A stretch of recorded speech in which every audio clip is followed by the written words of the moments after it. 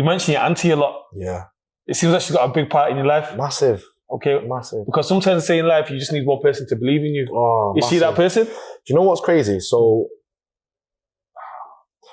this is how much she affects my life, right? I was at her house yesterday or 2 days ago when we sat around the fire. And it's the first time I'd seen her this entire year because I've been away and stuff. And I sent her some flowers like the other week because she was angry at me over something that one of my ex-business partners had done that had then ultimately led back to her house. And I take the full blame of that, full responsibility. It doesn't matter who did it. It's my business, and I started this business, and ultimately this has led to. You got to take accountability in it. So yeah, and she was very upset with me, and she didn't speak to me for ages, man. Like, she didn't want to speak to me for ages. And the reason I'm sharing this story is because it actually had a massive effect on me. So yeah, she's got a massive role to play because when she's not there, I'm not 100%. Okay, yeah. And when she's not backing me, I don't feel strong. And when she's not there to give me the advice that no one else gives me and keep me on the right lane, sometimes I make mistakes. Granted, with my experience, I can get far enough without tripping up now, you know, but she's always there for me. She's a soundboard. She's always there for me, man. She's always there for me. She's got businesses of her own as well. And my cousin's inherited one of her businesses, so she's a good entrepreneur herself. So she understands your spirit then, right? Oh, honestly, she took me in when I was 15. Before that, I was a clown, man. Like, I didn't care about anything. I didn't care about hurting people. I didn't care about anything, man. I didn't care.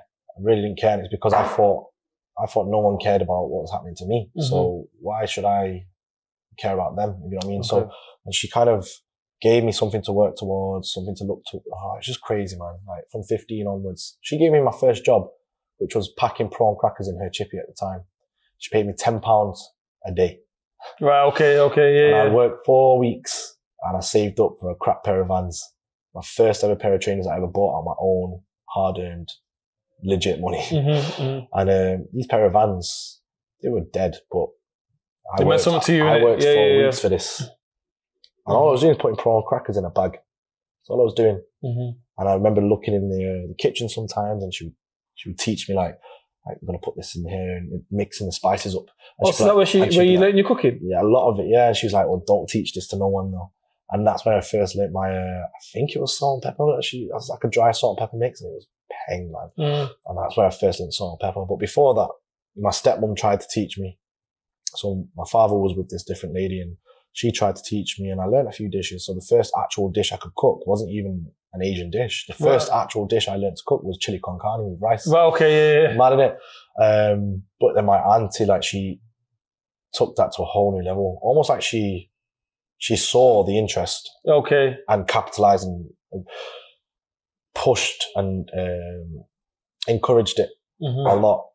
And I never had that in any other subject in my life before. Okay. So she sparked flame. Yeah, man. She's brilliant. She's a brilliant cook as well, man. I can imagine. And when I cook with her, she loves it. Because when I cook with her, I don't cook with her for an hour or two. I'm there all day. I used to have street dreams. Got a rush when I see